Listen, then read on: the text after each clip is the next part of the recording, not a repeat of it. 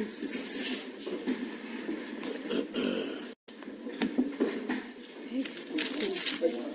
half jacket, but for the sake of this,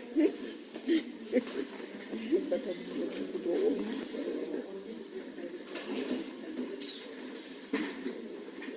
The winter is with us. We had a small paper about the first one about the GBV. Yeah, that's small paper. Yeah. I love it.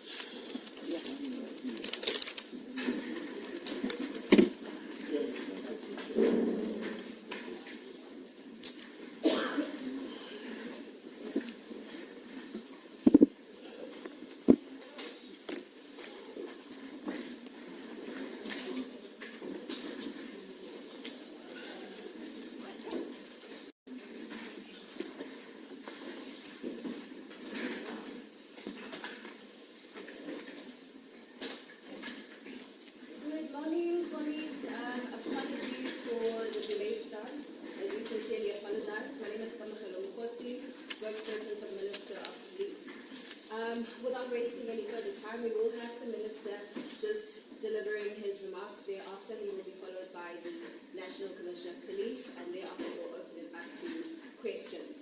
Without wasting time, Minister. Thank you very much. Greetings to the Deputy Minister, Dr. Boshielo, and greetings to the National Commissioner, General Masimula, and greetings to the Deputy National Commissioners that are here and the generals, but also with a note that we don't normally hold press briefings together with our social partners, the leadership of the organized labor within SAPS. So we're delighted that today we found one another. We are together on the platform. Just note that it's not just a symbolic thing, but it represents work that we are making efforts on jointly and making progress as such, and therefore, leadership, you are welcome. We also have to greet you, and thanks very much for accommodating us this early. We first take note that the Ministry of Police have now spent 11 months in office since we got appointed together with our colleagues in Cabinet for other departments. So it's not yet 12 months, it's just 11 months and a couple of weeks after that. What we have done in relation to the work that we are here for, it's something that we have to thank both the leadership of organized labor on one hand and top management on the other for taking us through paces of the goings on in South African Police Service, which is quite an important department in the life of government and life of the people in South Africa. It took some time to get us to understand all the details and dynamics and everything inside SAPS. And the understanding that we now have, we owe it to the two that we've spoken about, and we thank them. And one of the things we got orientation on was just the organogram or the organizational structure of SAPS and how it relates to SAPS work and where challenges are and how those challenges are being addressed and how that addressing or that attention to those efforts could be enhanced and accelerated. And we're pleased that we've worked together all the time to look at just that part of the organogram or the organizational structure. The organizational structure is very important because it's an instrument overall that you use to deal with your challenges in that particular department, especially in SAPS. What we did thereafter was to identify areas where changes were necessary and were important, and we started working on those amid other challenges. And of course, everything that we sought to change together, having agreed that there needs to be changes here and there and so on, we worked together. The ministry, the organized labor and top management. But the emphasis all the time was on systems. What is the system that is operating here? Why? Because we realized that we can't be fragmented in terms of the approach. Whatever we must do must conceptualize a system so that tomorrow improve on that particular system. So the changes are systems driven, as it were. But in doing so, we're influenced by the priorities of the 7th administration, about which you are now familiar: inclusive economic growth, and then interventions on cost of living, and then the final one being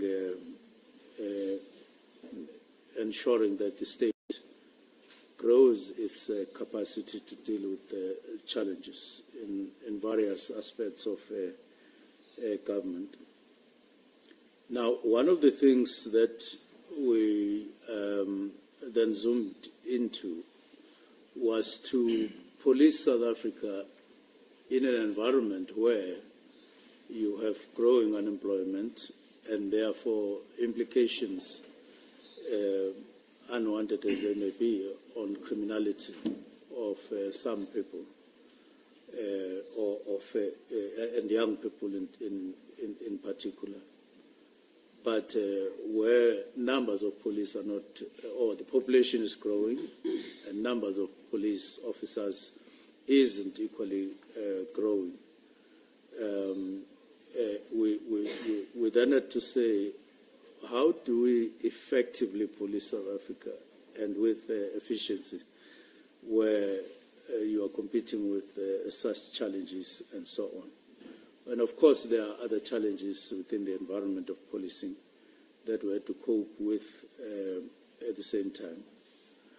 Now, we then realized that one of the things we have to do is to optimize whatever we have.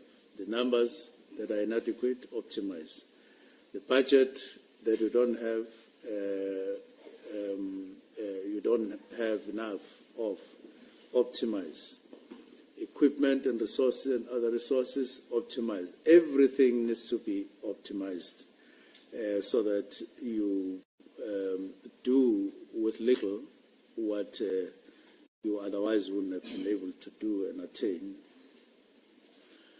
Now, the recent crime statistics, as you would have been aware of, the fourth quarter, indicated a decline in crimes in South Africa, and we took note of that and said to ourselves, if we could attain these decreases, it means there's a way to go. It's the right direction. We must make more efforts in that direction. We know that we still are far from getting to the level where we want to get, and satisfying that criteria where people must say we feel safe now in South Africa. when we are in our homes, when we walk around and all of that, we still have a lot of work to do in that area. But it was worth noting that we now have this consistency of decreases in crime that are reported in police stations as reflected on our crime stats for the fourth quarter. Now, in April this year, we convened a National Policing Summit. This was a culmination of a lot of processes, as I've indicated. It just didn't spring in as a show or as a public relations. It was to say, because we've been doing work in different areas of policing for some time, how do we harness those? How do we make sure that we come up with a synergized kind of era or dispensation in policing, making use of what we've shared together, what we've discussed and resolved on a number of aspects. It was logical that we would seek to have a platform like the National Policing Summit would offer, and stick together with various other stakeholders in policing. And indeed, for 3 days we sat in the Emperor's Palace dealing with various aspects of policing, just to make sure that the potential that South African Police Service have is demonstrated out there with more effective, with more efficient policing in the country. We know South Africa requires quite a lot of effectiveness because of a number of people that are taking chances in various and committing various offences and crimes. And we're delighted that we held that meeting, that summit, and it proved to be a success. Now, one of the things we came out from the summit with was critical enablers, that as South African Police Service do their work, there are critical key aspects of their work that requires that they require support for, and we call them enablers. In other words, if you address them, South African police would be much more effective and much more efficient. One of those, it was not that it was coming out of the summit for the first time, but in terms of efforts and emphasis and the need to focus, we realized that it had to be focused on is technology, the impact of technology in policing. All the stakeholders that were there, and as we see it now, everybody is agreeing that technology is a must-have as an enabler in various aspects of policing. Whether you are in detectives, you are in intelligence, you are in the police station itself, almost everywhere, you need enhanced technology. And we are quite committed in enhancing our capacity consistently, not just in line with what we can afford, but even far higher than what we can afford. And therefore, technology is a key component of our overall system, and it covers a range of areas in policing. We recognize that, and we are working on exactly those various areas in which technology is being focused on. And the second area of importance that we agreed on is crime intelligence, that it needs to be strengthened and it needs to be brought right to the driving seat in our policing so that we become much more effective and optimize. The other one, enabler, is forensic services, we know that it's important that where forensics are important, we don't delay cases, we enable progress as fast as possible, especially in relation to rape and murders and all of that. We're working on various projects along those lines, on progress in that regard. Then the need to improve infrastructure relating to police stations in particular. We're working on that. It's an important enabler on the ground, both in terms of image, but also in terms of real work. The environment in which police work, it's very important that it must be enticing, it must be inspiring, and it must have all amenities so that it facilitates their work when they are in the police station. We are therefore working on that. Now, of course, the healthy relations between us and organized labor is one other very important enabler in our environment, so that we pull together to one direction. And we're grateful that organized labor attended our summit, and we have been enhancing our relations going forward, even on the organizational structure itself, the details of which are going to be announced today by the National Commissioner in terms of how we move forward. But the changes in the organizational structure have been completed. All the negotiations have been finalized, and we thank them for facilitating those discussions and making sure that we pass through that phase with relative ease, including in the triple SPC. Now, what we want to see going forward, and we dare say so, is more visibility of police. We take recognition that our crime stats for the fourth quarter indicate that quite a number of crimes get committed in open space, in public spaces, so to speak.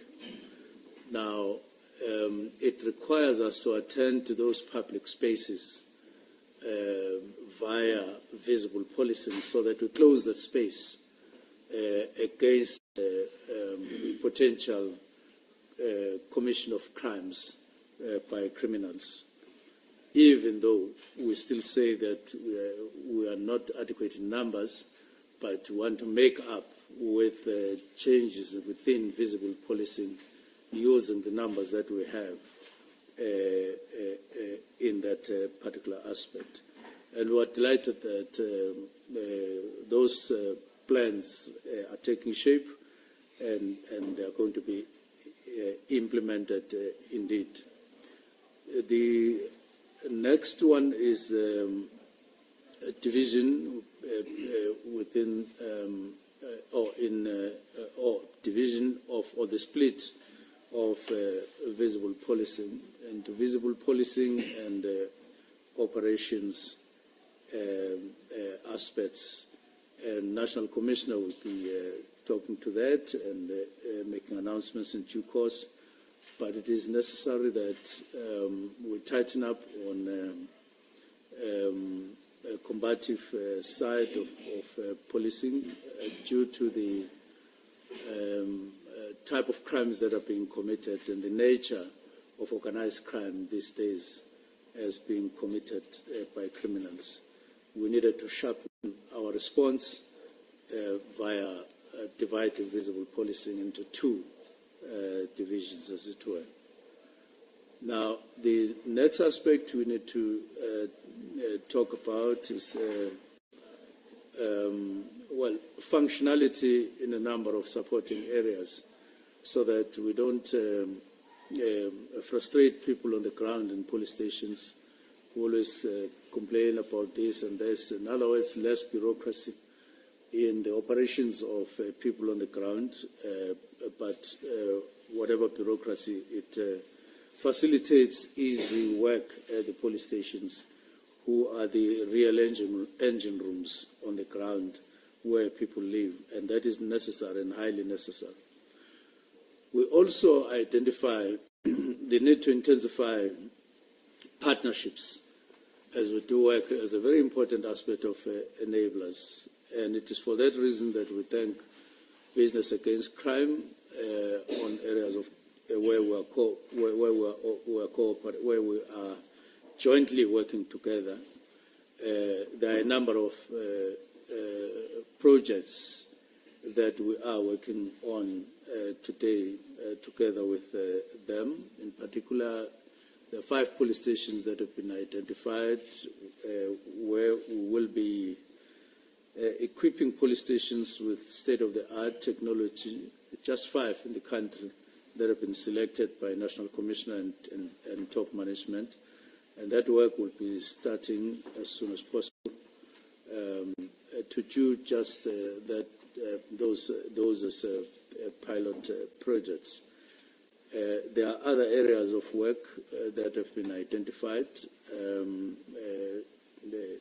that we work together with them, but they are very much on board. We are enhancing the other aspect of cooperation with metros, where we have signed agreements to work together. We're expecting a letter from Nelson Mandela Bay, where we will be going as soon as possible, in line with the agreement that we signed with them to make progress, including on cameras and other technological aspects to enhance policing in those areas. But it is all work in progress.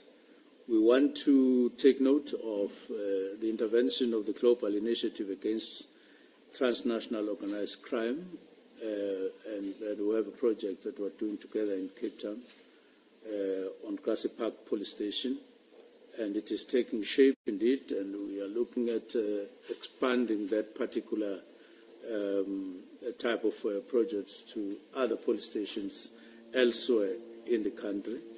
And recently there was a meeting on Monday in Cape Town on that score. National Commissioner will be talking in much more detail on our intention, but dealing with what is already being initiated or being implemented. What we intend doing in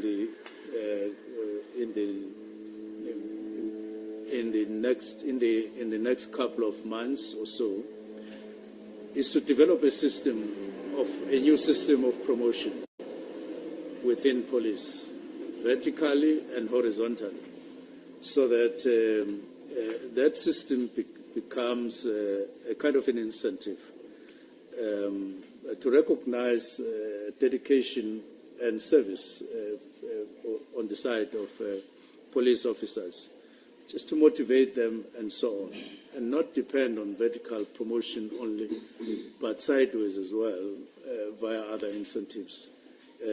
National Commission will be talking to that at some point, and want to systematize that so that it becomes a system that we use than just an intervention that comes and then goes.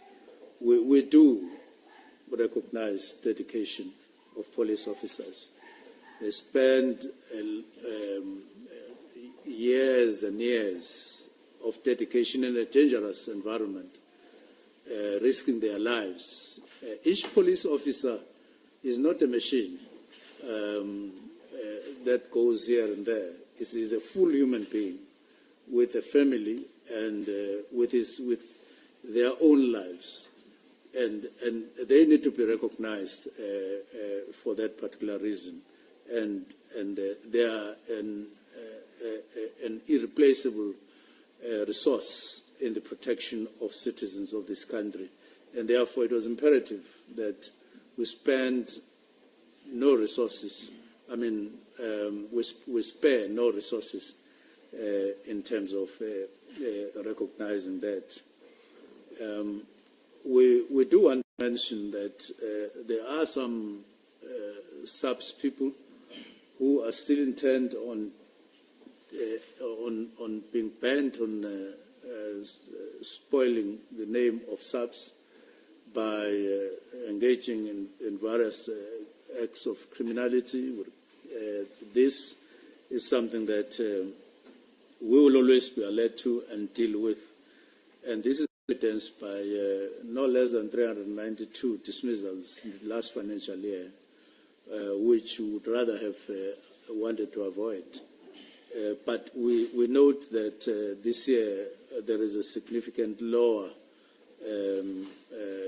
incidence as such in this aspect.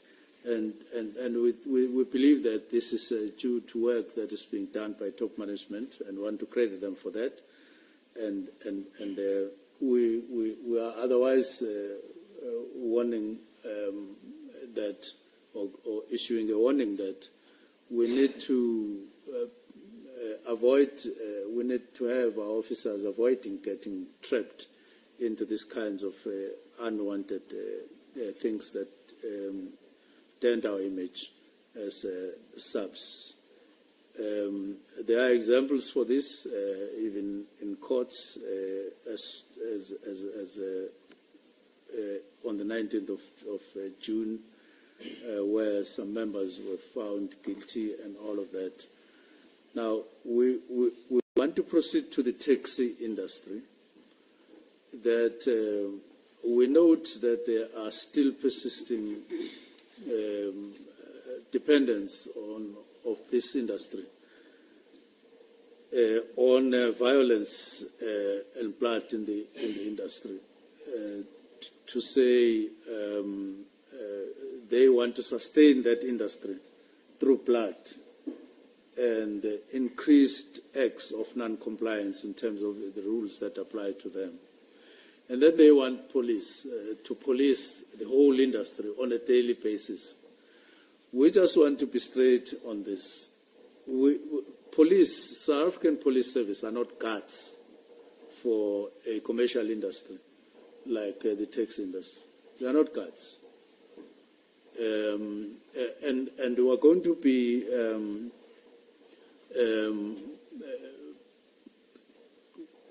finding a way of attending more to our duties rather than supervising or working as guards in the taxi industry. We just want to say there are many other industries, commercial industries in the country. We are not required as police to go and play cards in those industries. But the taxi industry still stands out to say in order to sustain the taxi industry, there must be blood, there must be shootings, there must be violence, and all of that. And then blaming police, where were the police, and so on and so on. They still believe that they have to be violent against one another to sustain their industry, and we regret that. And so we are saying to them, find ways of sustaining that industry, which we so need as government for transporting citizens in the country, but without blood, and it's doable. Comply with the rules that municipalities and the Department of Transport gives, and create peace and find ways of resolving your problems amongst yourselves without wanting to be policed by us. Of course, we do spend a lot of resources in that industry, regrettably. But please take care of yourselves and your industry as leadership. Now, at this stage, I do want to express that we are committed to implementing within the SAPS all the imperatives that we have agreed on, and we take this as a moment of renewal for SAPS as such, and we want to see SAPS working like South Africans expect them to work. And in this instance, I want to make reference to one coach who is known to have made a statement that I want to a quote that says, it is rather unattainable. No, perfection is unattainable. But if you pursue it, you find yourself landing on excellence. And therefore, we know that as we chase perfection, which I am saying we are chasing, we know we may land in excellence. And that is where we want to get to from now onwards. We will get there, definitely. At this stage, I want to hand over to National Commissioner as per your directives, spokesperson. Thank you.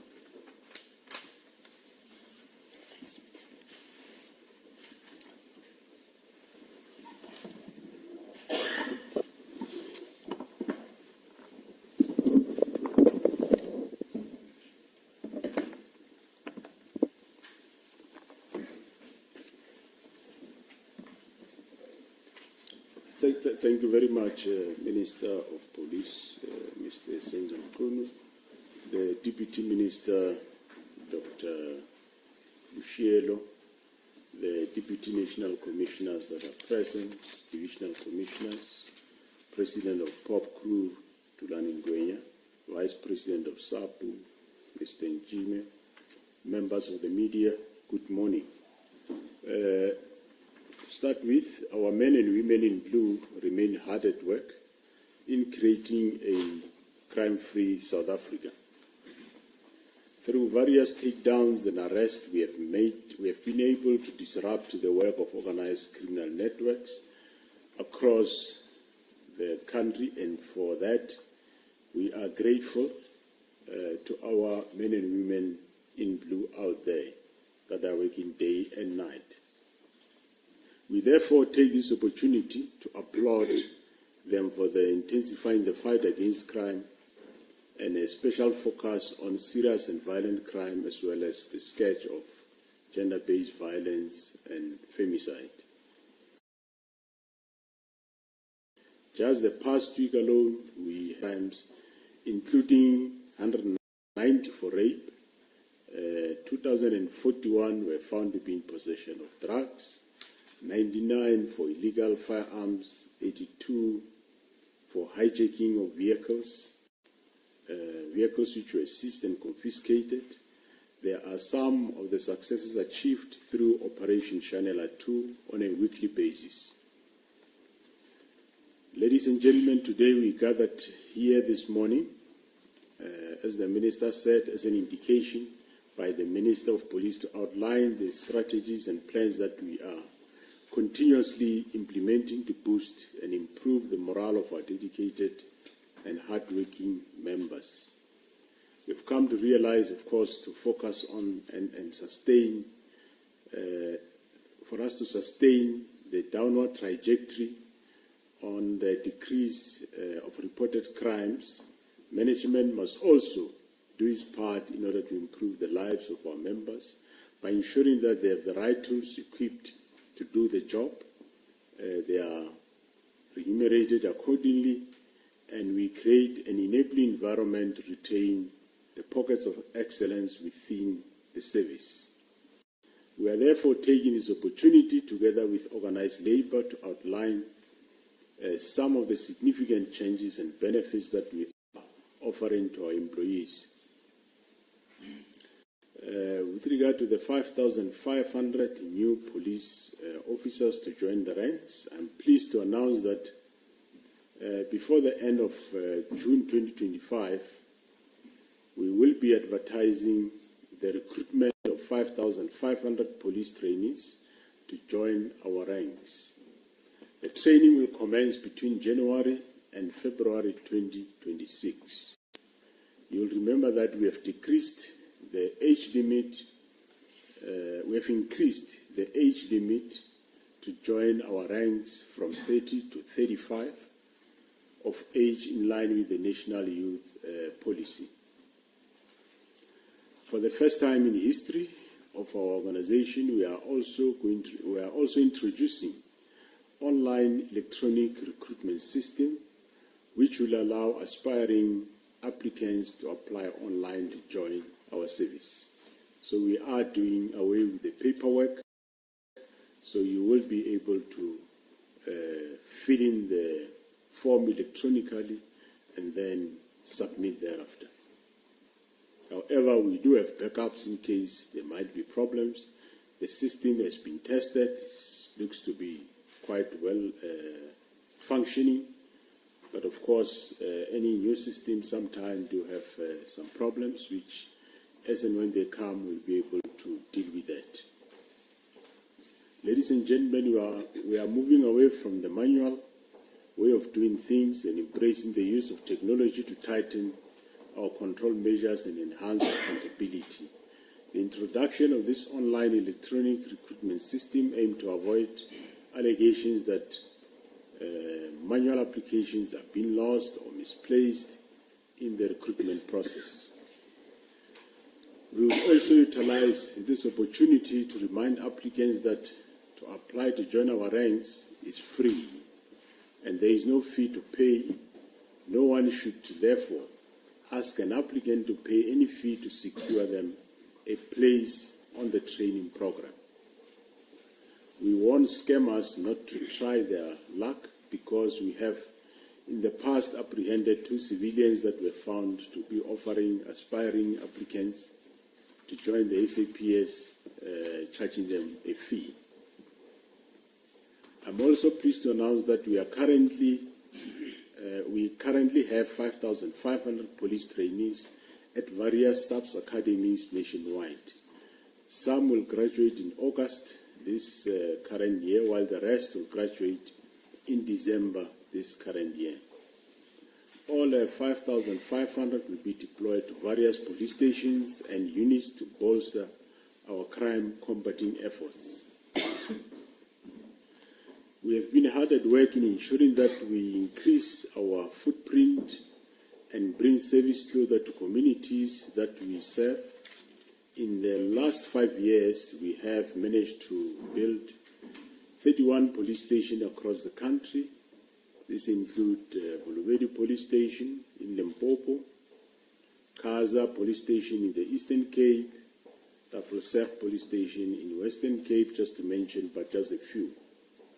In terms of capacitation through Project 10,000, we have been able to increase our numbers on the ground. In the past 3 years, we have the 30,393 more booths on the ground. These newly trained police officers have been deployed to various police stations and units, including our detective services to put perpetrators behind the bars and to enhance detective performance. Our public order police unit to enhance our crowd management capacity and capability. Our forensic science labs to increase the processing of forensic evidence, which will ultimately assist in the conviction of perpetrators. Of course, some of these are still undergoing what we call workplace training, which they will be finishing the end of this June. In terms of detectives, I'm also more pleased to report that this financial year, more than 4,000 new police officers will be joining the detectives. The bulk of the detectives have been recruited from the newly trained constables that are currently receiving their workplace exposure at various police stations in the country. And upon completion of their probation, they will be deployed to grassroots level for policing where crime is reported. Additional detectives will also be deployed to the top 30 high-contact crime police stations, which are stations that are mainly experiencing high level of contact crimes such as murder, attempted murder, rape, GBV, and assault cases. These police stations are in the main, in the high crime weight provinces, that is your Gauteng, KwaZulu-Natal, Western Cape, and Eastern Cape. We are also still embarking on the releasement of former police officers that left the service in good standing, and we will also be embarking on the recruitment of detectives on contract basis, which include retired and seasoned detectives that resigned in good standing. More than 785 detectives will also be added to the Directorate for Priority Crime Investigation, DPCI, to boost their national priority offences, serious organized crime, and serious corruption investigation. We have also listened to the cry that more needs to be done to keep our hardworking detectives happy in a bid to retain them. Of course, we acknowledge that we might not be able to compete with the private sector that might have enough financial reserves. We have thus taken a decision to introduce the Detective Investigator Scarce Skill Allowance as an extra incentive from this current financial year, 1st of October. This extra incentive is over and above the increase of the service allowance that our operational members are currently receiving. In the crime intelligence environment, 300 more operatives are currently undergoing the necessary training. Upon conclusion of their work exposure training, they will be deployed to various provinces to enhance the intelligence capacity. An additional 675 forensic science laboratory analysts and crime scene experts are also still busy with their workplace exposure training at station level, and they will, at the end of this period, which is this current June, they will be deployed to our local criminal record centers to boost our crime scene management experts with the aim of expediting evidence collection at crime scenes. Others will also be deployed to our forensic science labs. We have also trained 5,000 public order police members in the last 2 years to enhance the capacity for our crowd management in the country. This capacity is indeed bearing fruits as members are able to contain and deal with crowds. With regard to 10,111 call centers, from the newly trained police officers, 575 call center operators have been trained and deployed to serve as call takers at 10,111 centers across the country. This has greatly assisted the service to ensure that much more rapid response to crime scenes, crime-related emergencies. And of course, in terms of technology, we are also upgrading the system in this regard. With regard to station commanders, to ensure that there is increased productivity and service delivery at station level, we have filled 150 station commanders' positions at various police stations. This includes stations in the main high crime provinces. We have also introduced a mandatory station commanders induction course, which is over and above the station management learning program for all newly appointed station commanders. Such courses assist in enhancing the much-needed skills and knowledge required to run a police station. In terms of scarce skill allowance for high-risk units, as a way of retaining skills and talent within our high-risk environments, we are today introducing a scarce skill allowance for the National Intervention Unit, commonly known as the NIU, within the SAPS, that respond to many high-risk incidents such as cash in transit robberies, and NTM bombings. Later on this morning, we will be conferring operators badge to 35 qualifying NIU members that have undergone the necessary training over the past few years.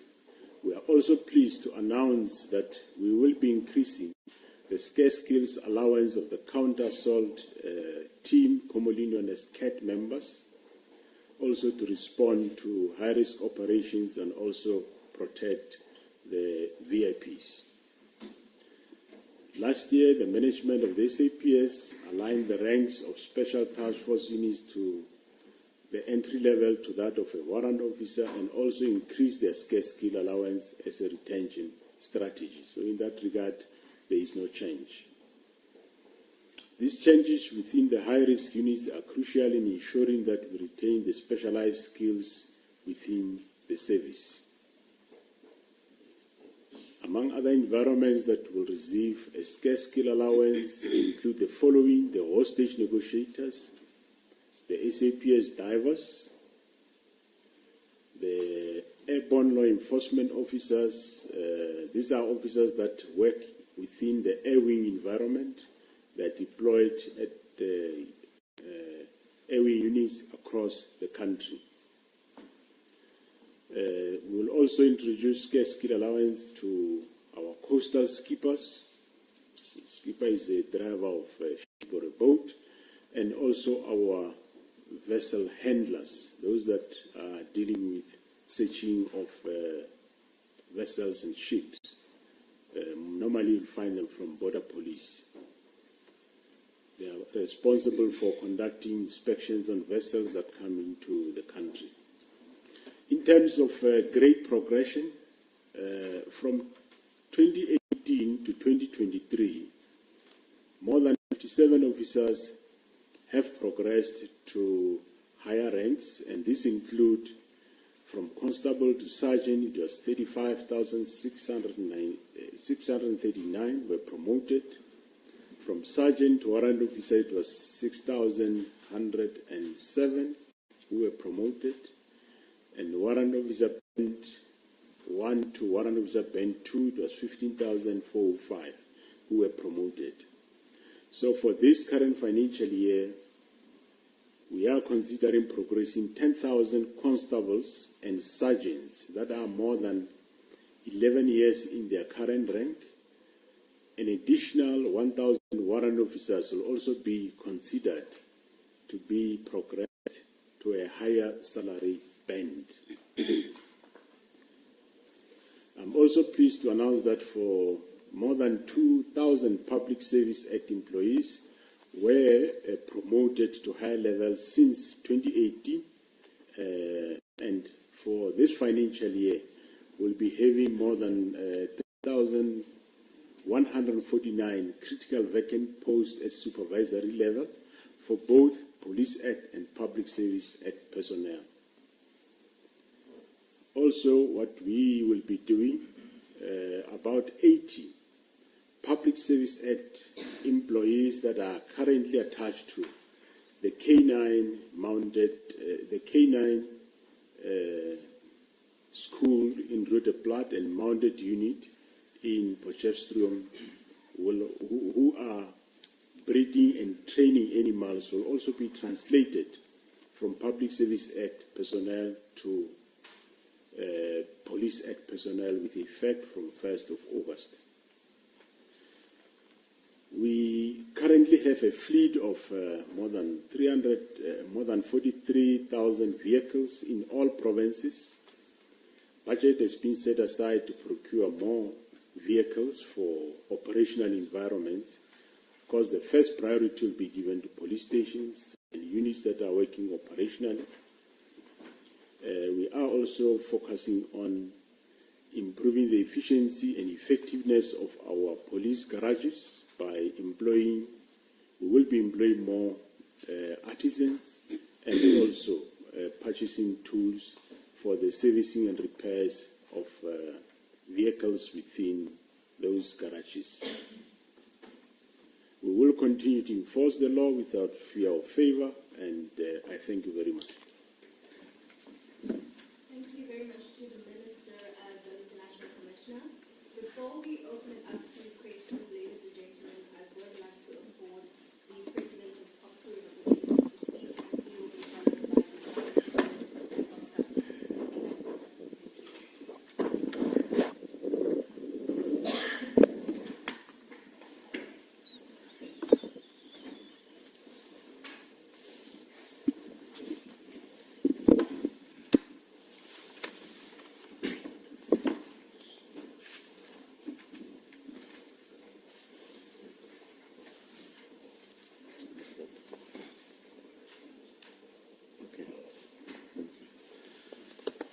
Thank you very much, Minister, DM, National Commissioner, Leadership of Management, the DNCs present here, members of the media, and my colleague, the Deputy President of SAPS. We want just to confirm that the 100 days of the administration, of the 7th administration, for us as organized labor, have shown some progress in the sight of the police.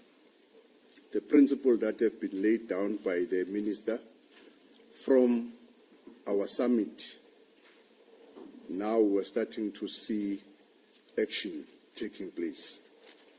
As we indicated before, that we are no longer want to have talk shows, but we want to see implementation. We applaud the manner in which things are unfolding now within our department. As much as we're still having some challenges facing our department, but we can see that there is light at the end of the tunnel. Firstly, to confirm the progress on what the National Commissioner have indicated on making sure that our members do benefit. We are confirming that the work has been done. It's not a talk show. Agreements are ready. We've got pens sitting here as president. We are ready to put mark on those papers. They've been dealt with, are ready. They're just been cleaning up. On issues of the detective, on the allowance, we are confirming that. On the issue of DPCI, we are confirming that. We are also confirming the issue of great progression, of which will come handy to our members. As we all know that our members have been complaining that they are stagnant down there, but the initiative by the Minister and the DM and the National Commissioner and the entire management were confirming as Pope that we are moving forward. We are not always been complaining that there is this and this. We know where to sit, we know where to differ, and we know where to agree.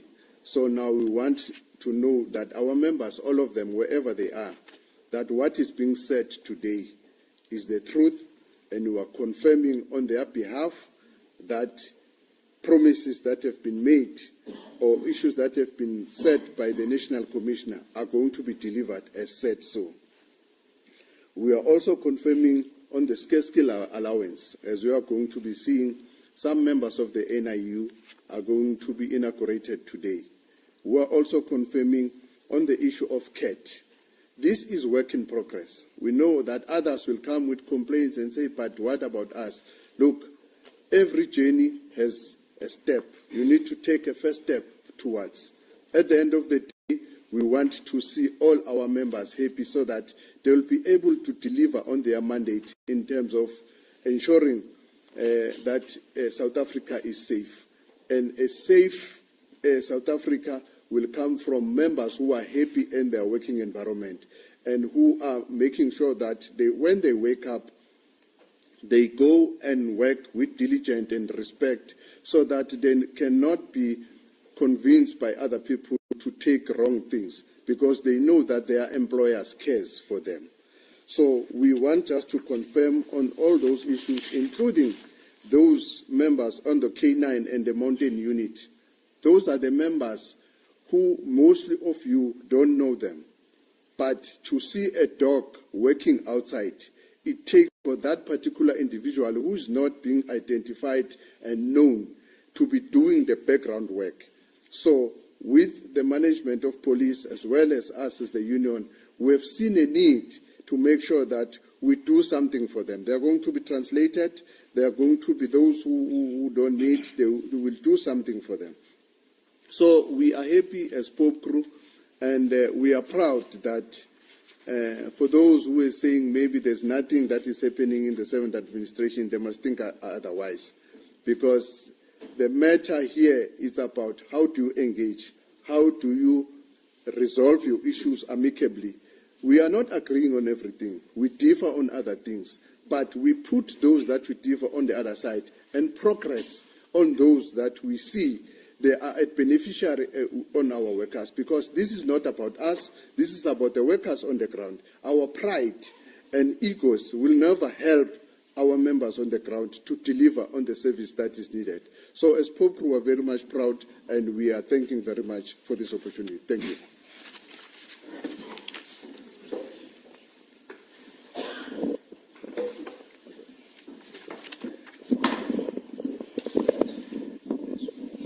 No, thank you very much. Thank you very much, Minister, and thank you very much to the management of the police, the members of media. I was just to confirm that there's a lot of work that has been done. This is the outcome of the summit that we had. But we must agree that the issue of crime concerns everyone in this country. It concerns us as members of Labour, it concerns management of the police, and it concerns media and members of the public. But those who are on the forefront are members of the police. And us as Labour, the most important thing is the working condition of these members. And we've been engaging with management, we've been engaging with the ministry with regard to the conditions in which these members are working on. So we are glad that today we see the outcome of the resolution of the summit, or the resolution of the summit.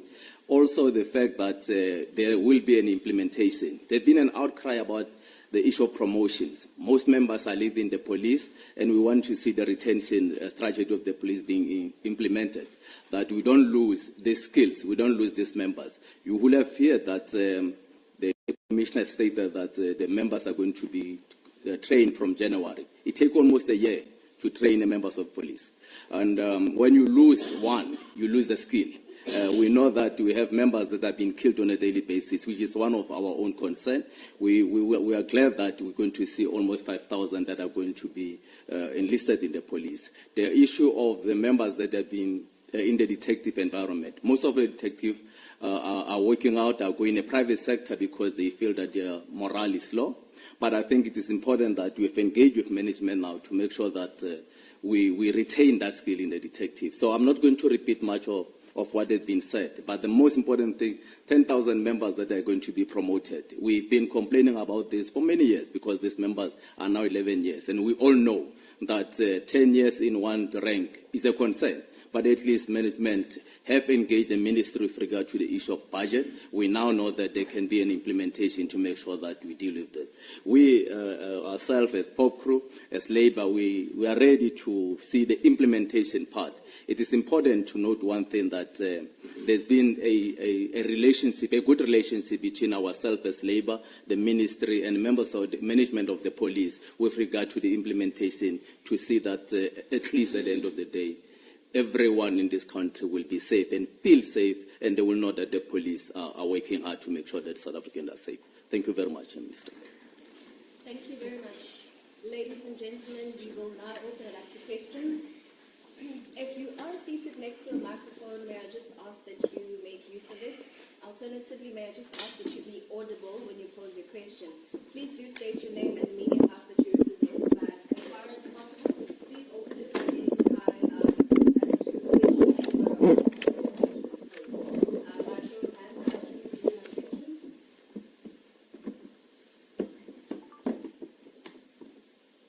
one hand. Got two hands, ladies and gentlemen. Okay, in that order, we'll start with the first hand, and then we'll continue.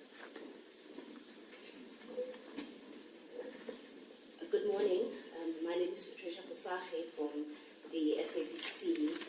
I have a couple of questions, not really related to today's briefing points, or priority points rather, but the developments within the news that are linked to SAPS investigations and work. Really just updates that we need in terms of these matters.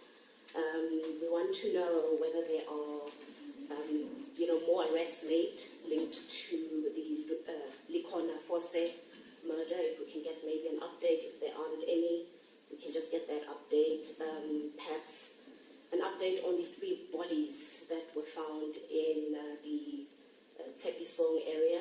Are there any developments around that? We are seeing, the protests in Soweto that are springing up again. What's the operational plan there to just make sure that law and order is maintained? And lastly, just an update on the 3rd suspect that the police are obviously looking for, linked to the IFP matter. If we can just get updates in terms of what are the investigations around these questions. Thank you so much. We'll take the second one.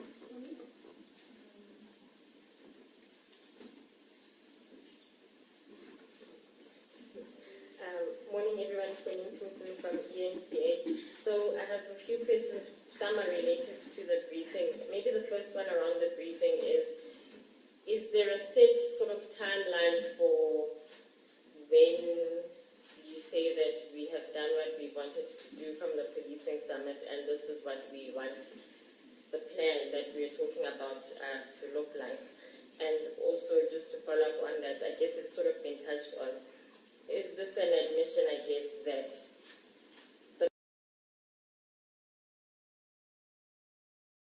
the public has been, and then the promotions, the allowances that are coming in, the hiring of more people, how does that fit into the policing budget? Where does sort of the funding, how is that going to be managed?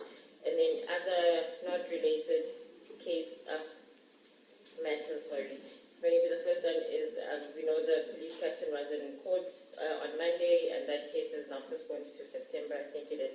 But there have been other cases of police rape, especially where I could also send out a statement on Monday, especially about housing. Just a comment on that, and talk about the training of police officers. Should people want to join the police when there is the risk that something will happen to them? And maybe a comment from Pop Crew, Babingwenya, about the protest that Pop Crew had last week on the issue of sexual offences in the police force. Are we going to take another round of questions? We will. I think we have a number, so we will. If we can have Minister respond to those that he's able to, and thereafter we will take to National Commission and General.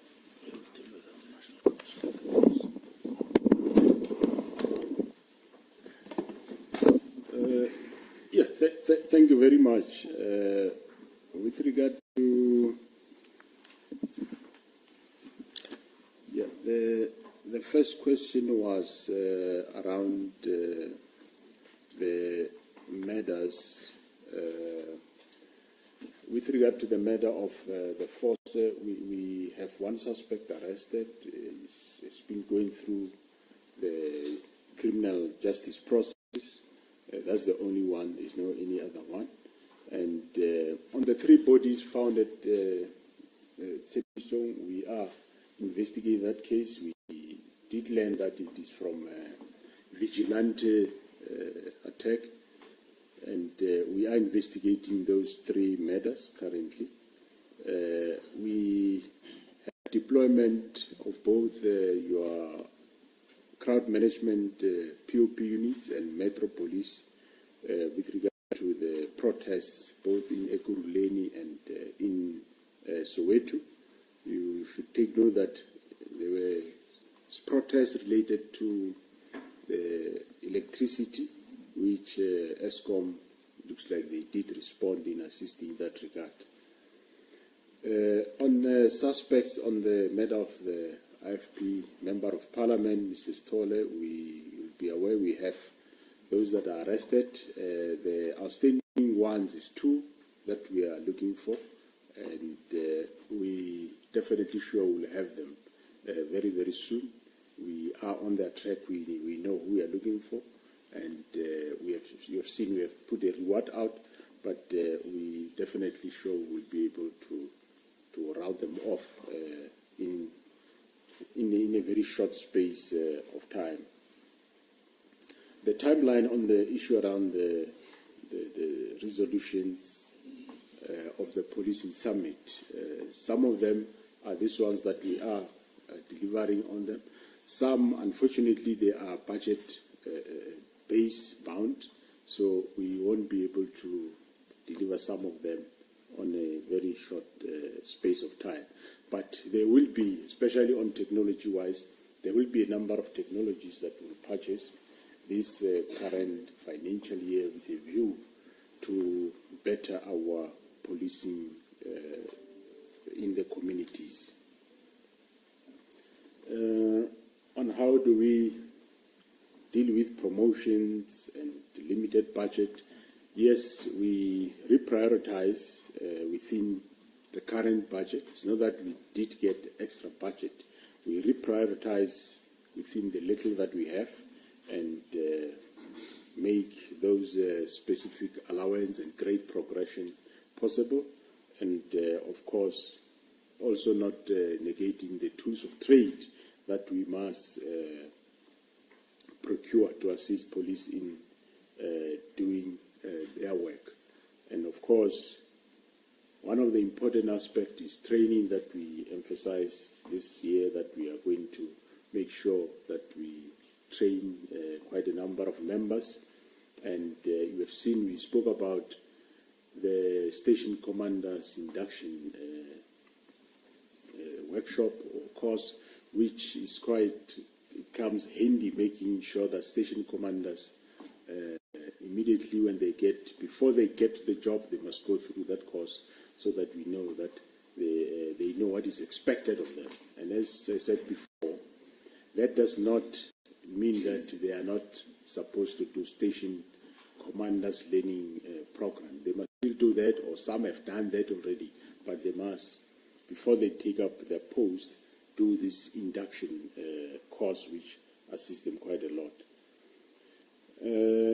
Rape or sexual offences, yes, we have seen a number of these crimes happening in our academies and or in the police. And we have dealt with most of those of our members that are perpetrators thereof. I know that in Philippi College, in this very college where we are, we have dealt with members that have made themselves guilty of sexual offences, and we are not saying people shouldn't join because you will find rapists. It is only those, just like at every house there will be one or two rotten potatoes. So we fortunately, it is us SAPS that deal with them, and both disciplinary and departmentally. So we encourage people to join, and of course we also undertake to do some talks with our trainers regarding this type of crimes, to refrain from doing this type of things. The past year, we dismissed 23 members that have committed sexual offences. Well, some of those cases are investigated by IPID, which deal with them criminally, but on our side in SAPS, 23 of them has been dismissed, so we do definitely deal with decisively. Thank you very much.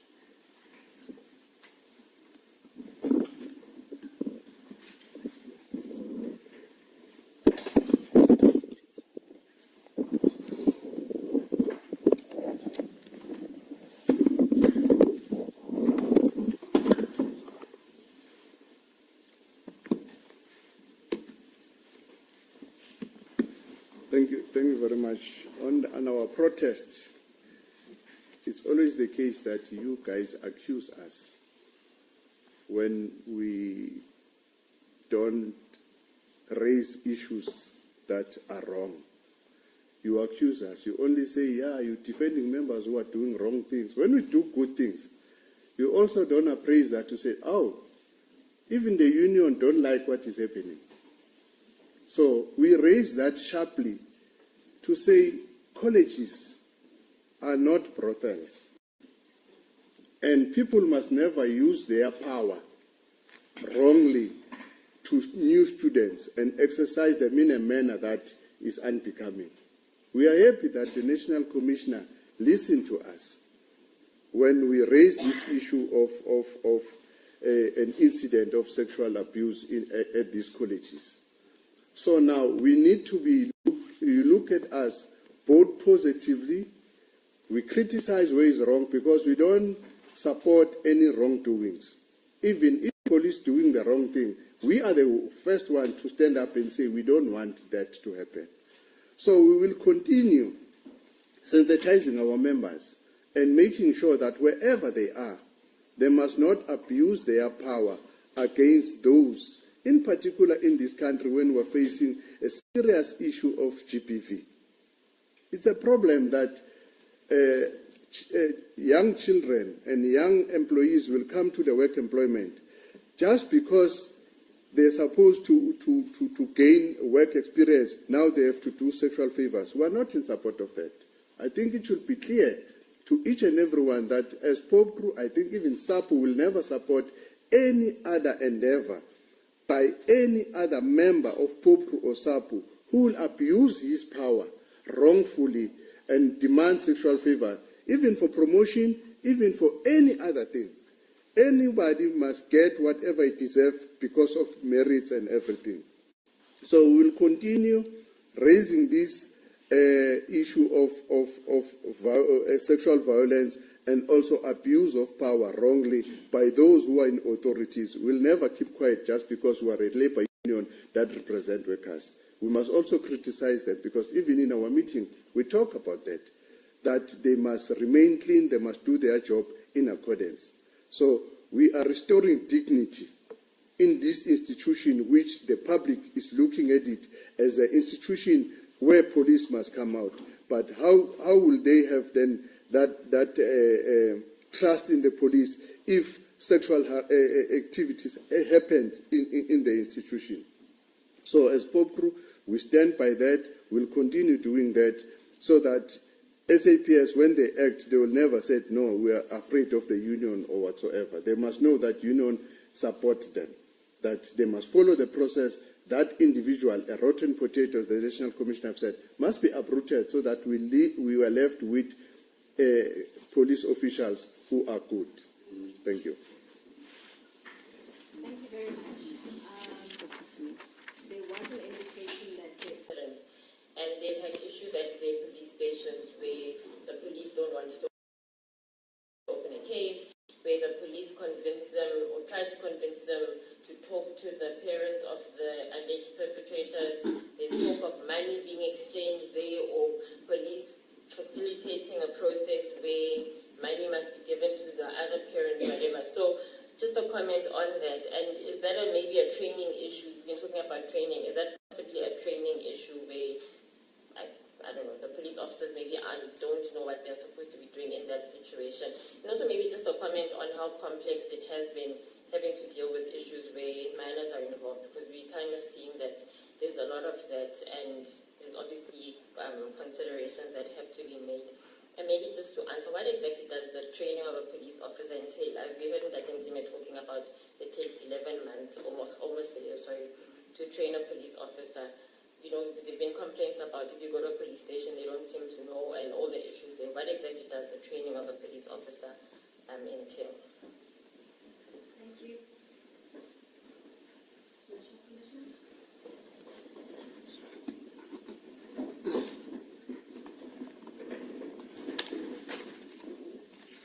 Thank you very much, NCA, Mamtimkulu. There are protocols that are set out in terms of Child Care Act, as well as the protocols that must be followed in respect of Child Justice Act, where the police at the police station have been given the directive to simplify these two acts and what is expected of them. It will not be correct for the police to mediate where the money is being exchanged. However, when the matter is reported to the police of a child of any age, there is two categories that the law observes, and the provisions of the Child Justice Act in terms of a child that is below the age of 12 and children that are above the age of 12. So the national instruction gives the discretion to the member that receives the particular matter at the police station to these two pieces of law that I have mentioned. Look at the best interest of the child and the fact that the issue of opening a case against the child who is in conflict with the law needs to be viewed as something to correct the particular child, to reform the child from being a delinquent. So it will be around those issues that it's either the matter at what level compels the arrest, and there must be a very clear directives, or the issues that the police will look at to make sure that the child who is an offender, it's been looked at. That entails if the child has fixed address, whether the child has absconded when he was detained or arrested before, whether the child will probably recommit if not kept at youth care centers that are in different areas. But then I think specifics on the reporting, the reporting must be noted, the information note must be completed, and we get the designated probation officer to intervene, not the police themselves, but the police as adults, they also need to use the discretion on how to deal with issues. So what I want to reiterate is the fact that there should be a negotiation or a mediation at the police level without utilizing the applicable experts that need to do so if a child is really a delinquent. Otherwise, the child would be released to the care of the parent for further investigation. But if the child is seen not to be the one that can be released, he will be detained, but immediately will then be transferred. So the police has the duty in terms of these pieces of law and the national instruction that was issued, which was outlining or simplifying how the act should be undertaken, and it cannot be linked to the issue of training, because during the basic training, during various trainings as well, we do reiterate some of these issues that needs to be followed. There are forums, child protection forums at each and every police station that also outline how the police need to deal with children in conflict with the law or any other child.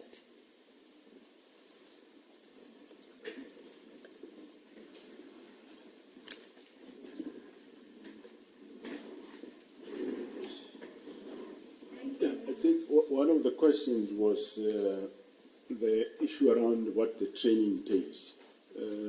Well, the training entails functions that are being done at the Community Service Center, which means members are taught how to take down complaints, how to take down statements, and also how they should attend to those complaints, dispatch vehicles to attend to complaints. They are taught on what is crime prevention and how to do crime prevention. They are taught basics of crime investigation, that is elementary to the detective work. Every police have those basics in terms of what are the elementaries in terms of investigation of crime. They are taught in terms of how to deal with accidents. They are taught on, of course, on how to use firearms, and they are taught in terms of quite a number of laws which entail or are applicable to policing in terms of how they should apply those laws, how should they deal with criminals in terms of the Criminal Procedure Act, how should they deal with protecting themselves. They are taught on armed and unarmed combat. So it's quite a various courses that or subjects that they are taught when they are in the training. And of course, training don't stop at the college. When they are out, there's what we call in service training, which regularly they must undergo. Thank you very much. Thank you, National Commissioner. Ladies and gentlemen, I think we're going to close our media briefing at that point. Thank you very much for your attendance and participation. Yes. Yeah. Thank you very much. We are very much online with what organized labor are emphasizing on against the people, I would say people, because I have to respect them, who have intentions of preying on student trainees, police trainees in academies, and begin to do what two of them have been arrested for in the short past. That's a very unfortunate incident, and we went to visit the college and saw the young student, and we condemn it in no uncertain terms. We condemn it. It doesn't represent SAPS.